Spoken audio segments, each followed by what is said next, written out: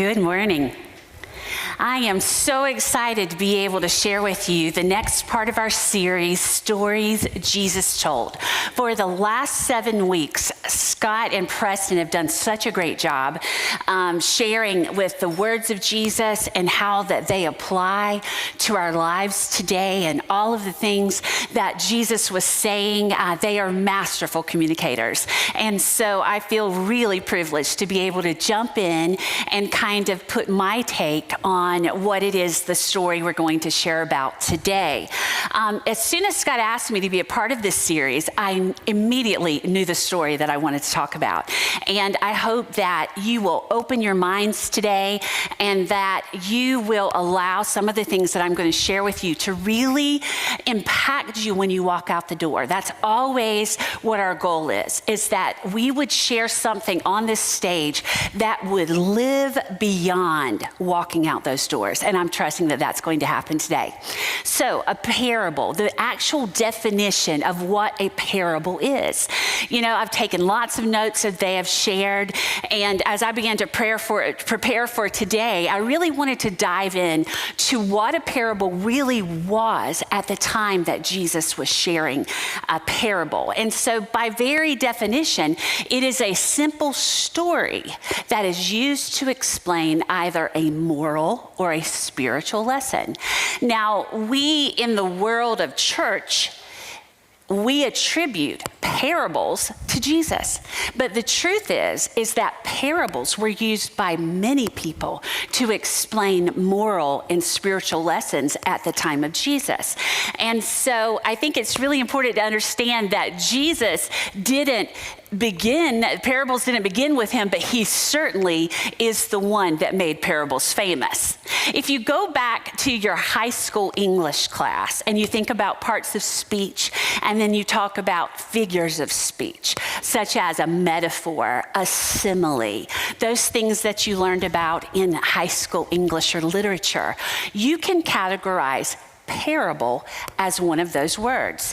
And what a parable was taking very big concepts and bringing them down to something that the audience that Jesus was sharing with, that they could understand. It was something that it made it easier, again, to take it out the door. And so the parable didn't begin with Jesus, but he certainly made it famous. Now, we're not going to do an entire lesson in Greek, but I think it's important that you understand really where this word came from. Because if you understand how a parable came to be, I think it takes all of these New Testament stories to a different level for you. It's not just coming in the building and just hearing about these cool things that Pastor Scott and Pastor Preston shared during the summer of 2022.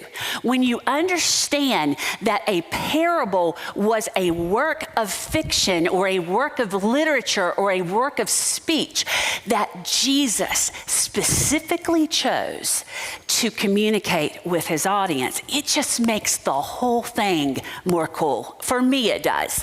And I think it'll be the same for you. So Greek, it's called parabole. That's the way it's pronounced. Para meaning, or bole meaning alongside or throwing, and then para meaning alongside. So bole, the second part of that word, it's like throwing something up in the air. And then para, alongside. So whatever a parable is, it is a short story that has been thrown against a big story so that it can make better sense. Okay, are you tracking with me? Okay, all right. And so again, think back to high school English. And we all learned about the fables. Anybody heard of Aesop's fable? The boy who cried wolf. You may have heard about that. Or the tortoise and the hare, those words. Okay, those are fables. Well, those were all started during those same times. But the difference between a fable and a parable was that a fable taught moral, spiritual lessons with animals being as a part of it, using those as lessons. But the parables, again, think back to Jesus. The parables were about people. Jesus was in the people business. He knew his audience. He knew exactly what it was that he wanted to communicate. every single time there was purpose. And the purpose was so those people would find a life of peace outside of the religious dogma of the Pharisaical teachers, the Pharisees, the Sadducees. When I was in kids ministry, I taught a song, and one of the songs was so funny, and I never forgot it, is that you can't trust a Pharisee because they're not fair, you see, and you can't trust a Sadducee because they're always sad, you see. And I never forgot this kid's song, but it helped me remember that the Pharisees and the Sadducees weren't about the story of Jesus. They were about image. They were about how they were going to be able to further their careers. Have you ever seen somebody like that? Everything is a curated image, and you don't know whether or not to trust them or not. And then when you add intellect to that, they can just get you all turned around in a circle. But Jesus came to make his message incredibly simple. Okay, so as we move on through, we throw those big concepts, we throw those big stories, and Jesus created it to help his listeners be able to process all of the big parts of the Bible. Now, I shared with you that this word parabole is Greek. The New Testament, so if you're holding your Bible, everything from Matthew to the right, all of those books, the original language was Greek. If you're holding your Bible and you look at Matthew backwards to the left, the original language was Hebrew. And so you think, okay, what does all this mean? Why does it matter? I thought the Bible was one book. Why is it in two different languages? The Bible is one work. But what we have to remember is the Bible was written by many different people, and it is a book comprised of many different personalities. And so as we begin to talk about this today in this particular parable, I am hoping that and understanding the person behind it is going to help you make sense of all of that language. Okay, now if you have your Bibles with you, you can turn to Luke chapter 8. Again, this is the New Testament. Over to the right, Matthew, Mark, Luke. You're going to see that. And this is the story, the parable that I'm going to be sharing with you today. Luke chapter 8, beginning with verses 9. His disciples asked, "Why did you tell this story?" He said, "You have been given insight into God's kingdom. You know how it works. There are others who need stories. But even with stories, some of them aren't going to get it. Their eyes are open, but they don't see a thing. Their ears are open, but they don't hear a thing." And so it wasn't just the Pharisees and the Sadducees and the religious leaders that Jesus was creating stories for. His own best friends, his own chosen 12. I mean, these were the people who bought into the vision of Jesus. They had dropped their lives and they were following him. I mean, they were dedicated. But Jesus looked at them and said, "You've been given insight and you know how it works." But they still ask the question, "Why are you telling these stories?" And he says there are some that just need stories, which means they cannot handle the big picture. So they need a parable. They need a short story that is thrown alongside so it will help them comprehend and understand my words. Now, I feel like with this, he's also saying their eyes are open, but they don't see a thing. Their ears are open, that they don't hear a thing. Is that you can be a person who has great vision, but you miss what is right in front of you. We can be a people that hears every syllable, but we miss the method. We miss the message that is behind all that Jesus is trying to say to us. And why is that? Why is it so difficult for us in 2022 to be able to see and be able to hear and be able to follow the things of Jesus? It is because our minds and our hearts are so bogged down with heaviness, with all that is happening to us, all that is happening around us, all that in our own selves we've propagated, the pain that we have created for ourselves. Sometimes we create the biggest disappointment by setting unrealistic expectations for those around us, rather than just accepting and seeing a person where they are and listening to what they're really saying. Jesus, I believe, is saying all of that to them, is that understand that there will be people who, although they hear and although they have those skill sets, they will never get on board your vision. They will never understand your words. They will never get behind you. And it is essential that you understand that right from the beginning going into it.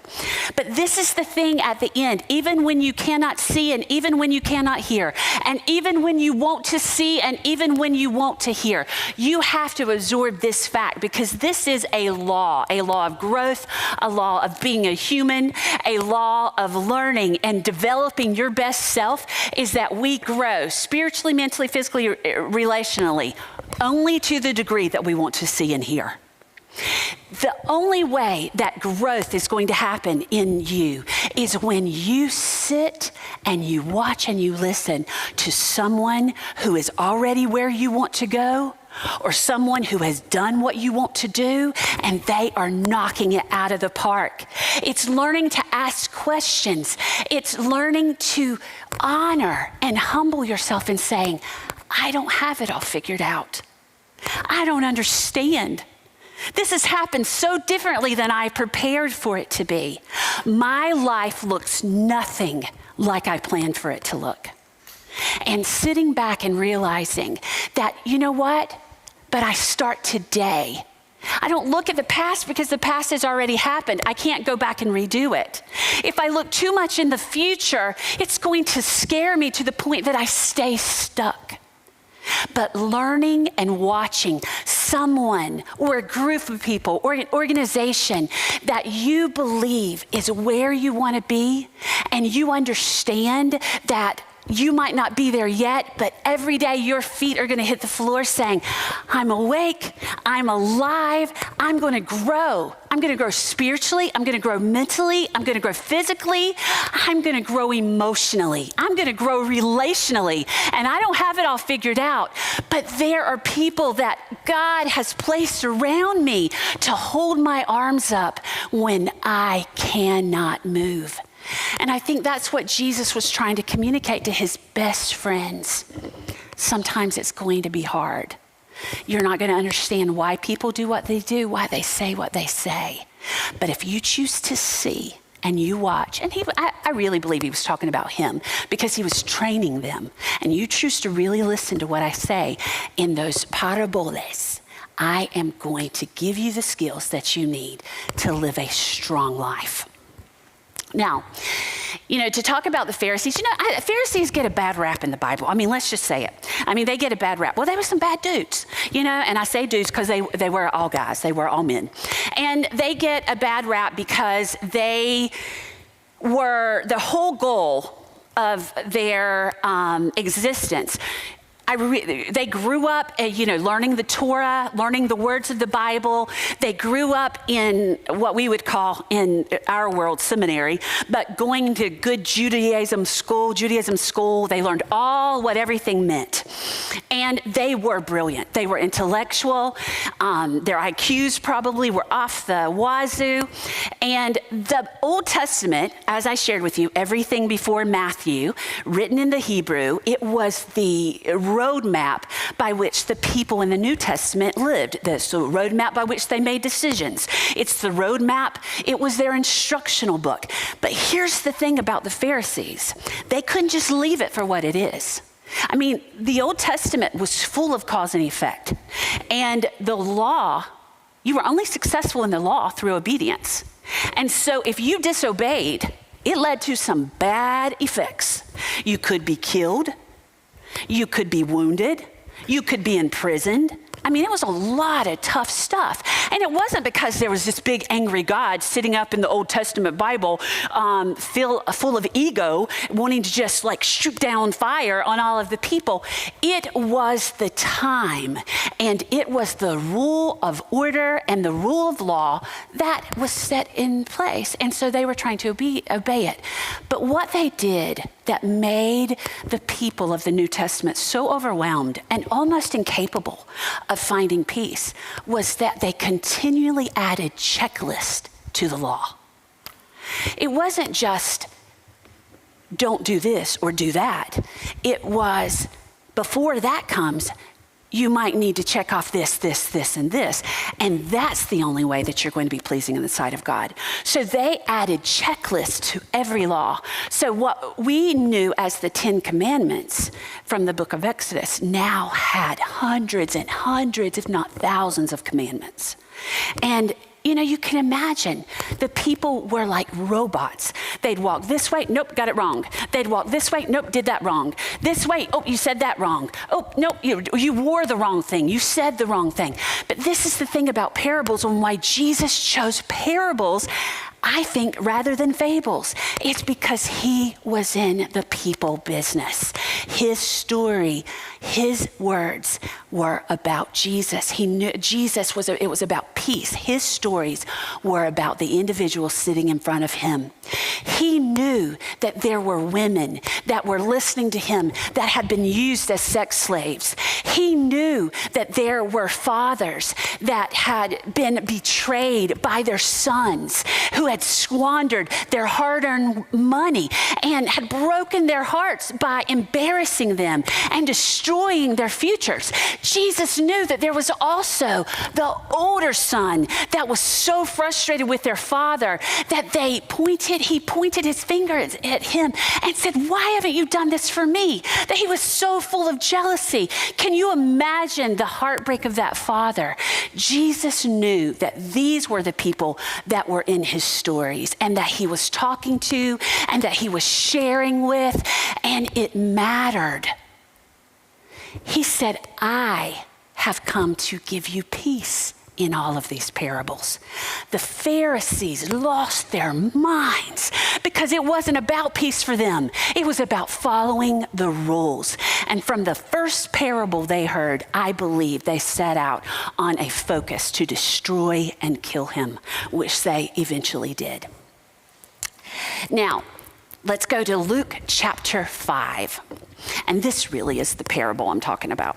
I wanted to lay that foundation because I'm such a teacher. But this is the one that I'm really talking about, the parable. So we're going to talk about, you can kind of a short answer for this message as far as a way. What did Lana talk about today? She talked about jeans and she talked about juice. And so you can say jeans and juice. All right, Luke chapter 5, verse 36. Jesus told them these sayings: "No one uses a new piece of cloth to patch old clothes. The patch would shrink and make the hole even bigger. No one pours new wine into old wineskins. The new wine would swell and burst the old skins. Then the wine would be lost and the skins would be ruined. New wine must be poured into new wineskins. No one wants new wine after drinking old wine. They say the old wine is better." Now, I'm certainly not a wine aficionado by any stretch, but I've done a lot of research about wine in preparation for this message so that I would understand how to explain what it is we're talking about.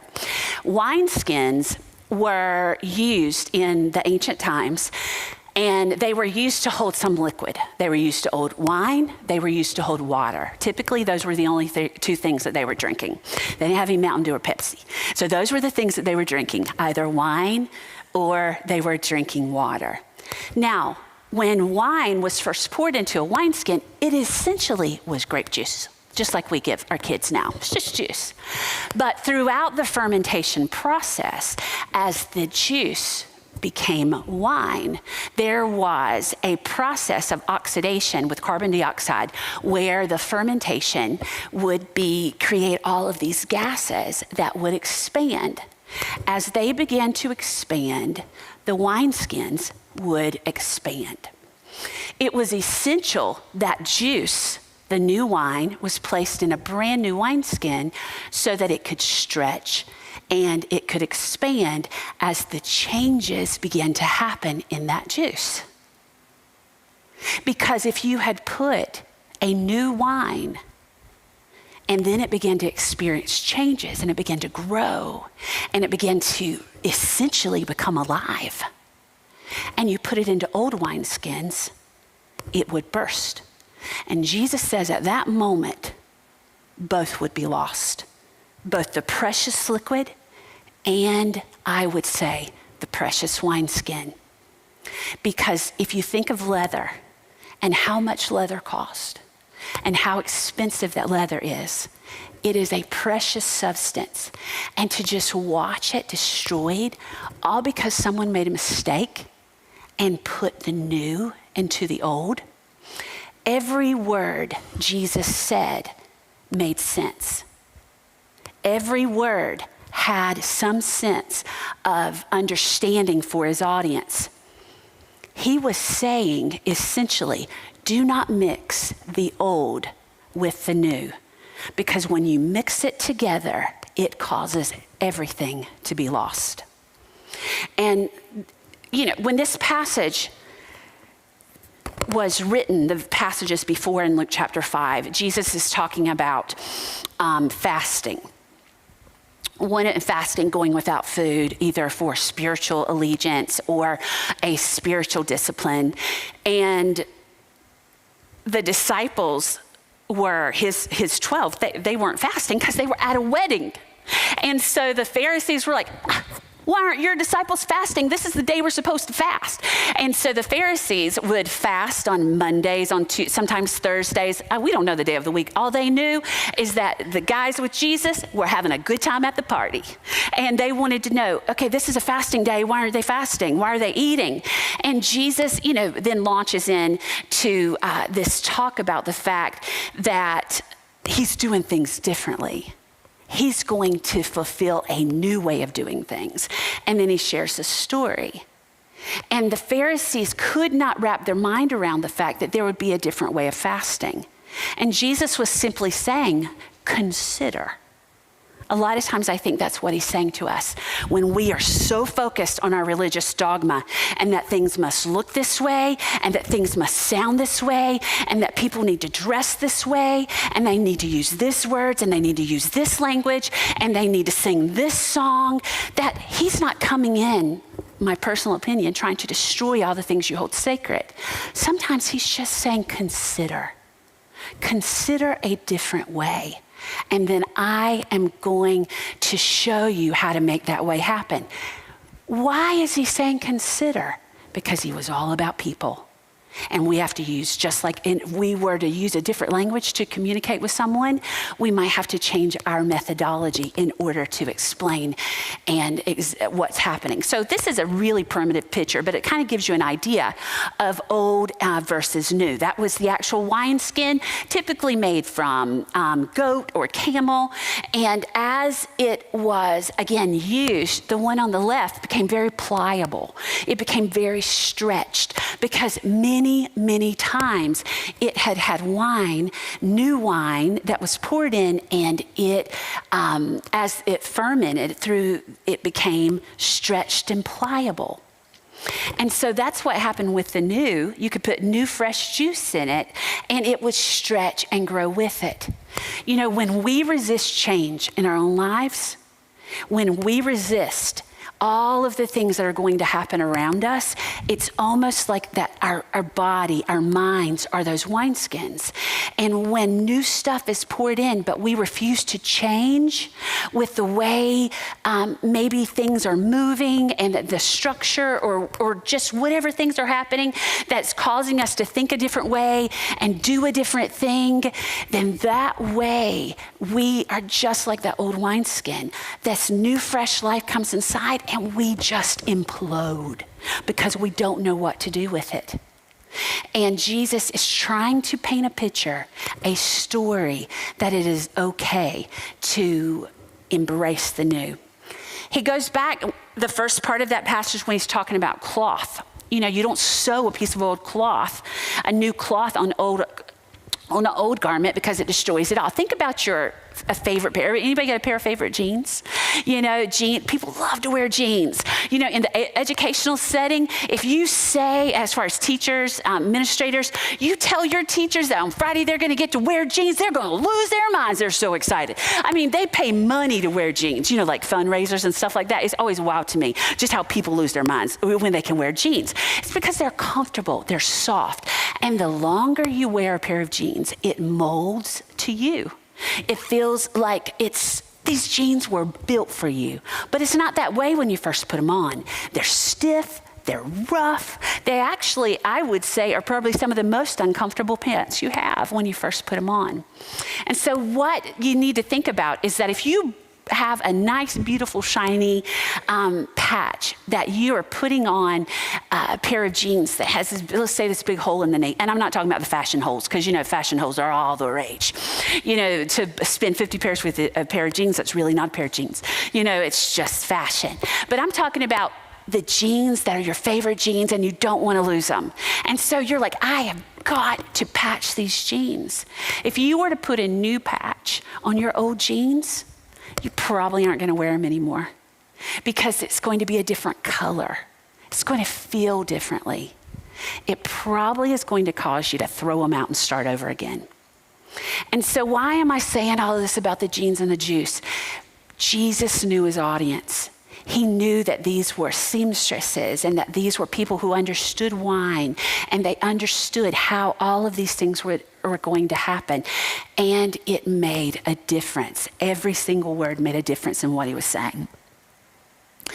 In essence, Jesus is trying to say, and skillfully saying, mixing the old, which was the religion of the Pharisees, all of these checklists, all of these ways that they had added to the existing commandments. So mixing that with the new, which was, you really just need to listen to what I'm saying and know that there is a life of peace that is waiting for you. The only thing you have to do is accept. It was very difficult for them to understand, but he is saying that it doesn't make a better believer. It doesn't make a stronger follower of Christ. It does not make for a stronger, more healthy person. It only creates a person who is burdened and are carrying around all of those weights. You know, kids are getting ready to start back to school. You know, they have all of these tons of books, especially high school students, tons of books. You know, sometimes I would try to pick them up. I mean, I had like 40 pounds in that book bag. And I often, very concrete way of thinking is, as I was preparing for this message, I was like, each of those rules that the Pharisees created is like one of those textbooks. Somebody thinks they've finished and they just throw another one on. They think they're done with that book and I've accomplished and I'm satisfied, and they just throw another one on. They just subtract one thing and add two things back. For a lot of you, that's the way it feels in your life. That might be your story of church. That might be your story and your understanding of Jesus. That might be your thoughts when it comes to how you're supposed to satisfy what all these church people talk about. And what I want to share with you today is a very simple concept, that Jesus didn't create stories and parables so that you would feel more burdened. He created stories and parables and communications so that you would feel more confident. The Pharisees, again, were religiously brilliant, but they were compassionately ignorant. They did not understand the method by which Jesus communicated. He explained new life of freedom so that he says, my burden is light, which is an oxymoron. A burden isn't light because it's no burden at all. He's like, I've come to wipe away all of the things that these other folks are saying. And that's the reason that they were so enraged by his words. He wanted people to understand that peace in your life doesn't happen because of checking off the list. Peace comes when we accept and we rest in the fact that Jesus has already done it. What has he done? The New Testament is full of story after story where he says, I lay down my life for you. I surrender my life so that you can have life. And in your mind, you're like, well, why does a sacrifice need to be made? Again, you think about the Old Testament. The Old Testament was full of animal sacrifices where folks had to, in order to be forgiven for their sins, they'd drag all these animals and they'd have to kill them. And there was a whole process, and I won't go into all of that mess. But it was a very holy and sacred process in order to obtain forgiveness from their Creator. Jesus says, all you have to do is just ask that I have come so that you don't have to go through all of that dirty business again. And the problem is with the Pharisees, why it was so hard for them is they had grown up all from childhood now into their adult life, had grown up believing that there was only one way. And this holy, sacred way was the way. And Jesus was blowing that up on a daily basis. Parable after parable, story after story. He's saying stuff like, everybody's welcome. He's saying things like, the least are first. And the first are the least. He's saying, let's go have parties with prostitutes. Let's go have holy, sacred suppers and invite people that are not holy or sacred. Jesus is creating an entirely new way of processing Scripture.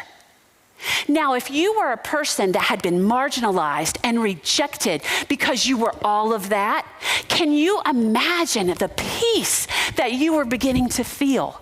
Can you imagine these burdens that they're dropping off day after day after day, and you are finding life, and they fell more in love with Jesus every day, and his following became larger and larger and larger every single day because his words were literal life. And this is the thing that I think he was trying to communicate. The old way said, do this, do that, do this, do that. But the new way, he just said, be this. Just be. Just sit quietly. Just listen to my words. You don't have to do anything but breathe. Breathe. You throw away those lists. You throw away all those things that you thought you had to accomplish in order to stand in my presence. Because I am for you all. I am for you all. Jesus eradicated this thought of I need to become in order to stand in his presence. He erected the thought, all you need to do is come into my presence, which was life for his audience. One of the things that's been very difficult for me to understand is that when I know new is better, I know it's better. Why do I always run back to the old? Because many times I've been guilty of that. I've wanted to hold on to the old traditions. I've wanted to hold on to the old things that I felt were really important. And here's the thing you need to understand. Traditions are very important. Old is to be respected and honored. Old doesn't need to be looked at in a derogatory manner. You know, I think about all the traditions of our family. I mean, my kids, we love Christmas. We love the holidays. At my home in Beulahville, I mean, my dad blows up fireworks. I mean, people come from all over just to see his fireworks at Christmas, you know, and a lot of people think about that and they're like, that is really odd. I thought fireworks might be for 4th of July, but Christmas Eve, but it's a tradition. And he has held on to that. My dad's 79 years old. And I would think we'll probably still be blowing up fireworks when I'm 79 because it is a tradition. It is something we hold sacred. I love Williamsburg. I love going there. And I love all the things that are there. I like the fact that it is about history. But to tell you the truth, what I love about Williamsburg most is aromas. It's a coffee shop. It's a coffee shop stuck right in the middle. And if you have been a part of my life for any time at all, I probably have drug you to that conference. I've drug you to that coffee shop. I say the word conference because there was one time we were going to a kids ministry conference in Richmond, and it was supposed to start at 10 a.m. And so we knew about how long it was going to take to get to Richmond. I had everybody show up at the church at 5 a.m. so that we could drive to Williamsburg and have coffee at Aromas. And you know they did it. The people came, and just so that they could be a part of that tradition in my life. So I'm not saying that old is bad. I'm just saying that new might be better for the time that you're living in. One of the reasons why we run back to the old is because it's familiar. It's something that we understand, and growth is very new. Sometimes being the best person that we can be is, that actually sounds like an after-school special when I say it. Be the best you can be. No, sometimes understanding that we're going to grow and become better requires change. New always requires change. And sometimes we are so fearful over the unknown. I think fear is something that causes us to be paralyzed, and it's very difficult for us to understand why we need to do something different, because we're afraid. We're afraid that we might be laughed at, that we might be criticized, that people aren't going to understand what I'm saying or why this is important. You know what? That's exactly right. Change is inevitable, but growth is intentional. Things are going to change. There's no way that they're not, because that is just the evolution of life. When you pour apple juice and you pour grape juice into a container and you put the top on it, it's going to produce carbon dioxide and it's going to ferment. It is going to change. You cannot stop it. But you can make a choice whether or not you're going to put it in a vessel that's going to absorb that change and grow with it, or you're going to put it in a vessel that's hard and rigid and immovable, and it's going to be destroyed. I don't want that precious life to be you, and you miss what God has for you because you resist change. The change that we've all experienced, in the last 3 years, a change that we didn't embrace, a change that we didn't welcome, a change that we are still fighting, is the COVID pandemic. I think about, and I've been very honest about how difficult it was for me to comprehend that church, again, I'm very concrete in the way that I think, that there would even be a church left after being closed down for so long. It's affected everything. We do life differently post-pandemic. We will never be able to go back to pre-pandemic ways. The pandemic that began in 2022, and we're still fighting COVID now, will forever be a part of our history. It will be in history books that our children's children will read about. And so for us to resist the change that came as a result of the pandemic would only cause us to struggle, and we would not be able to accomplish the things that we would be able to accomplish. These are some of the areas that have changed. Our culture is different. We're not nearly as open to visiting one another at each other's homes. We don't do nearly as many meals out together. We have isolated into silos in a lot of ways. Think about your own family, and it's been as a result of protecting you, been as a result of protecting your children, but it's different. Our relationships are different. Families are different. The divorce rate went sky high during the pandemic because these people that were stuck at home realized that they didn't really like each other all of that much. And they were forced to live in the same home day after day.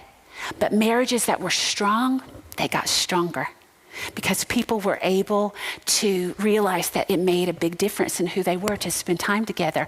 And a lot of people remembered why they fell in love and why they got married. Employers were able to see some of the folks that were incredible, astounding employees because they had to be self-directed. They couldn't micromanage them. And so a lot of people were able to be promoted and even go in brand new places with their work.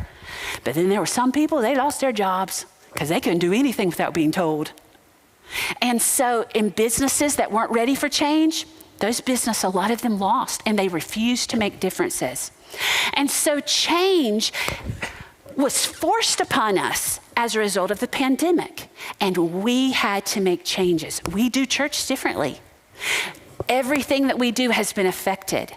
You know, our volunteers, we've worked so hard to find volunteers. A lot of people just did not want to come back and volunteer. A side note is that if you come to church here for any time at all, I just want to say we need you as a volunteer.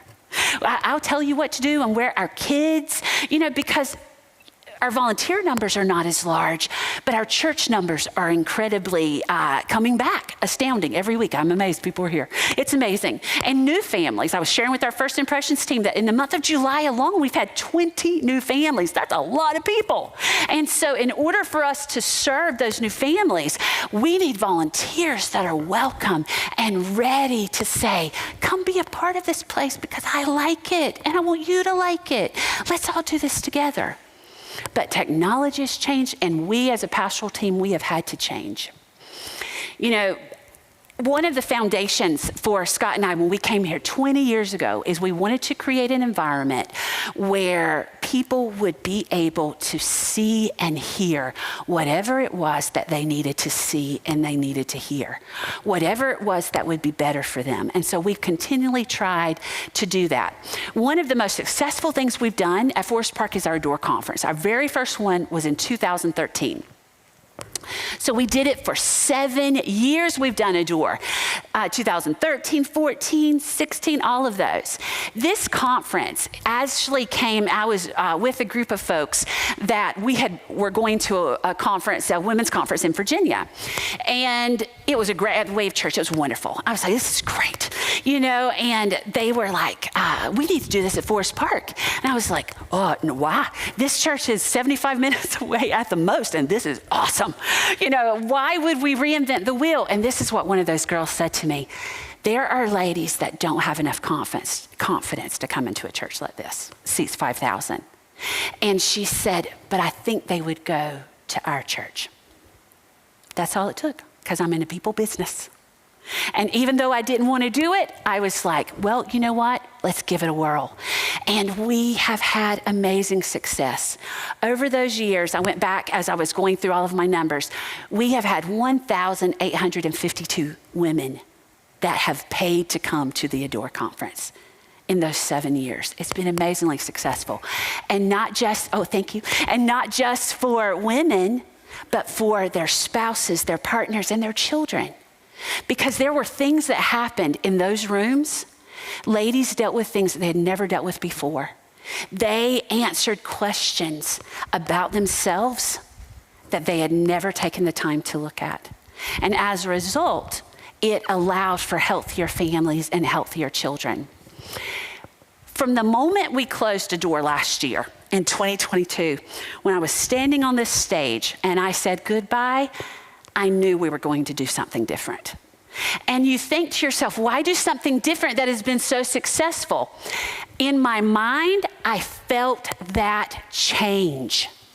It just began to feel different to me. And I began to say, the world has changed. Things are different. So we've got to do something different. And so I started thinking about what are the things that I'm anticipating, that I'm changing. That one of the things that's always been very difficult for me about the Adore Conference is that I want there to be conferences that we can all be together. You know, I'd be listening to a speaker thinking, wow, this is so amazing for everybody, but I've just got a room full of ladies. I'd like to have men in this room. I'd like to have students in this room. I'd like to have believers in this room. I'd like to have non-believers in this room. I'd like to have atheists in this room. I would like to have people who don't even speak English in this room, and then it forces me to figure out a way to make it relevant. I knew that we needed to change. So I began to talk about different things with my husband, who was like, whoa, you know, because every time that happens, he's like, whoa, you know, that what we're going to do. I was like, let's do an entirely new conference. So we're doing an entirely new conference, and it's going to be called Hope Conference. And it's a conference for people. It is a conference not for married people. It's a conference for people. It's a conference not for singles. It's a conference not for women. It's a conference not for men. It's a conference not for believers. It's a conference not for non-believers. It is a conference for people, created by people, to challenge us in our mental, in our emotional, our spiritual, all of those relational issues. You know, we've already started talking with some speakers. It's going to be next spring, April 28th, 29th, and 30th. We're going to bring it on Sunday morning as well. But this is all I want you to know, is that I want to let go of the old. I want to let go of the things that I held so closely. A door is incredibly special. And for those of you who are thinking, I really love that, and I can't believe you're messing with it, I want you to understand that we're going to have breakouts for women. We're going to have breakouts for men. We're going to have breakouts for students, so that you can still feel that intimacy, but that we're going to do something new. We're going to have new wine, and we're going to wear new jeans. Now, I am a rule follower. I love holding on to things that work. But sometimes we just have to embrace the new. I've asked our team to sing a song that has beautiful words, a beautiful message. And if change is really hard for you, I see you. I am there with you. Sometimes it is all I can do to stand on this stage, because things have changed so much. It's so hard. Change is hard. I see it. I feel it. But when we open our minds and we open our hearts to the new that Jesus is just holding, waiting for you to accept it, it is there. And as they sing this song, make it your prayer. You might say, I can't pray that. You say, what she's doing, Jesus, that's me. And as she sings, you just close your eyes and you just absorb the new. And I'll come back in just a second, close this out.